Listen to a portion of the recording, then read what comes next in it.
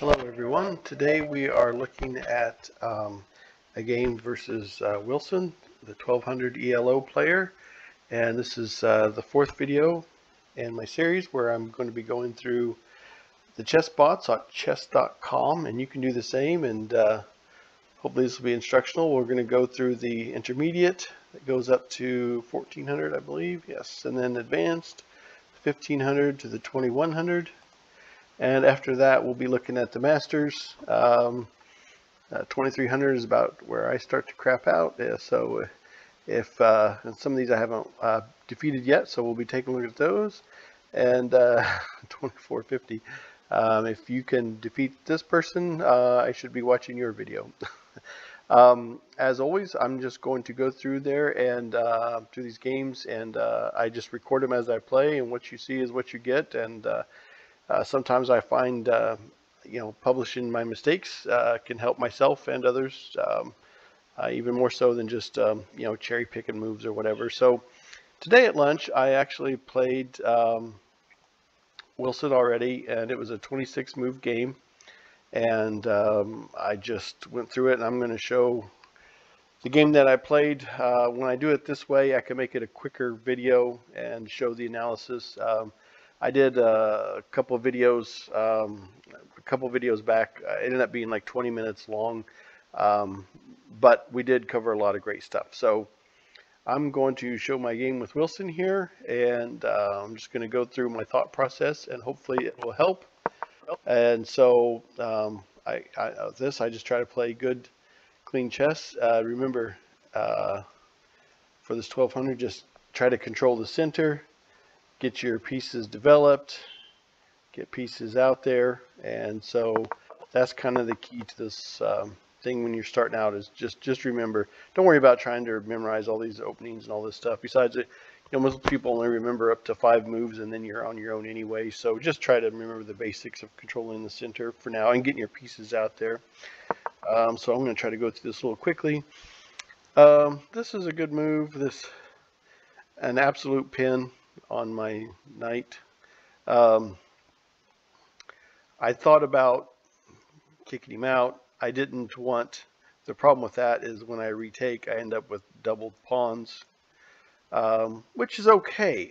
Believe it or not, in my opinion, I think that's acceptable because it actually gives me a strong, this pawn here can control when it gets there and retakes these 2 squares. So it's not a, I don't think it's a bad move, but I decided to just defend, and the computer said that was an excellent move. So again, just plain clean chess here. So I'm defending that knight now. It's no longer, my king is no longer absolutely pinned by this bishop. So that's the idea there. And so take and take. And I kind of like this. Once this pawn gets out of the way, I control a pretty important diagonal, so I like that. So let's keep going and see what else happened here. Again, I'm just trying to get pieces out in the center, controlling the center here. Okay, let's keep the game going. Okay, and I'm freeing up this diagonal, and let's keep things going. Okay, so again, same situation. I don't really, if the knight takes this bishop, I don't really want doubled pawns, but I've had a lot of games, and even in higher ELOs, where I've really made that pawn sitting up here work for me in this situation. So yeah, I thought about doing that, but I did retreat, and so it was not the best move, the computer says, but it was still an excellent move. So it's just whatever you're comfortable with. I highly recommend experimenting, especially at this 1200. 1200 is a very respectable ELO, and it's one that you can have fun with and think about, and it's still a good challenge. Here I've got a pin, an absolute pin. So and I thought about same situation I was in a while ago. I could take, and then he takes. He's got the doubled up pawns, but that's not so bad. So I just kind of kept the pressure on, which is acceptable. Okay, and Yeah, that was definitely a mistake on Wilson's part, and I will take that. I thought about, you can do it a couple different ways. You can, I thought about taking with the pawn um, and starting to open up um, this file here. But that's not what I did. So let's get back to the game. I did take with the knight, and my idea was I wanted to start putting some pressure. I saw that I owned this diagonal already, and so I was thinking, you know, maybe I get a free pawn, get my bishop out here, stop the king from being able to castle. That was my thought process of why I chose the knight. So maybe hopefully that'll help you. Okay.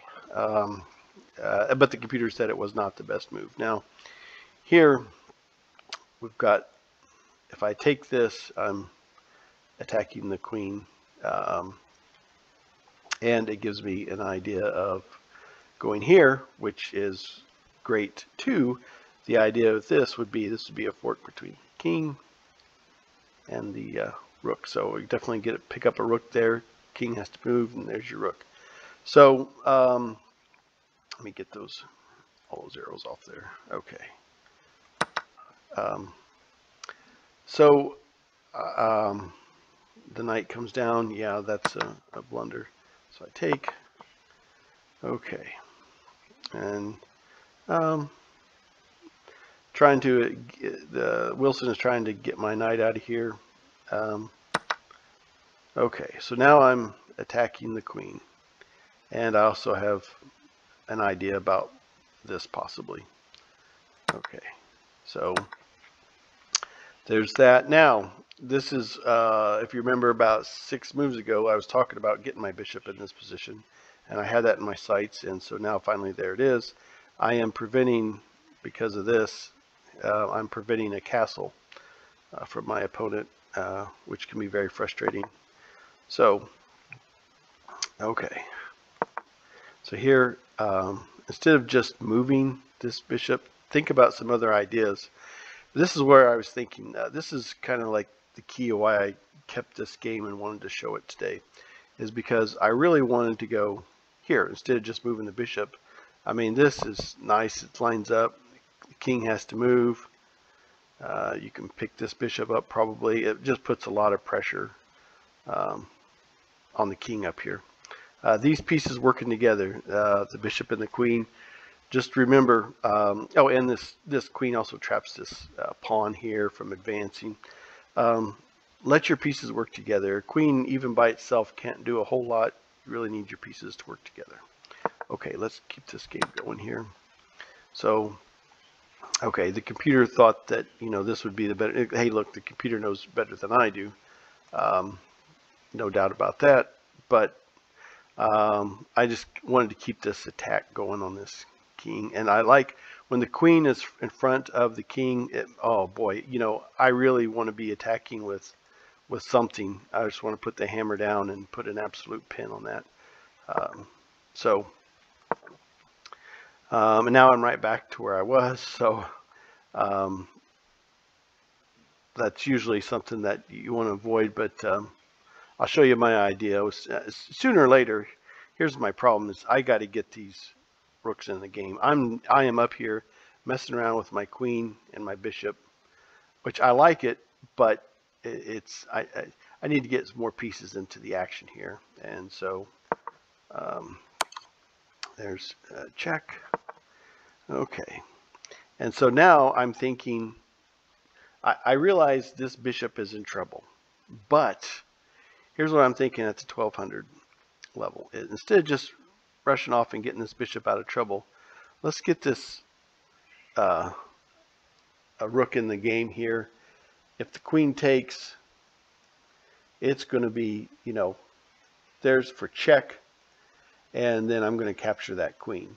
If the queen captures my rook, I'll just retake, and that's what happens here in the game. So, okay, so the computer, you know, Wilson says, hey, this is a free bishop. And this is what the problem that happens at the 1200 level a lot, and I make the mistake still too, is, hey, that's a free piece. Hang on, there might be a trick, and there is, that I was trying to see if Wilson would fall for. And he did. I got a little bit lucky that he fell for it. At 1200, I wondered if the computer would really fall for it or not. In the higher ELOs, you won't get away with this right here exactly is what I was wanting. If the queen has to retake, and then I'm going to take back, and it's back to check. So that's what happens. Okay. So yep, king has to move away, and back to check. And now I finally get to bring this rook into the game using my pieces, what I've been preaching. So now I'm going to finally get the chance to use my pieces together. So with me owning this and this, this, and this is what you need to visualize in your head. So there's really just one place for the king to go. Now there is, if I start moving my queen like here, the king can go here, and then eventually here, and it's probably still going to be in trouble. Wilson will be, but I'm just allowing the king to escape. So let's try to think about this a little bit. I don't want the king to escape here. Again, it's probably going to lead to checkmate, but it might mess around with 10 moves trying to make this happen. So I chose to use the rook here. Only giving one square for the king to go, and now it's mate. So that's the end of the game. Trying to work that king into a smaller and smaller box is always what I think about, and cut off those escape routes. This was the big escape route right here, and try to cut those off. So thank you for watching the video. I hope that helps. And again, we'll be doing a whole series where we'll go through all those as high as I can. And I'll be running my big fat mouth the whole time. So hopefully that will help. Thank you so much for watching, and have a great day.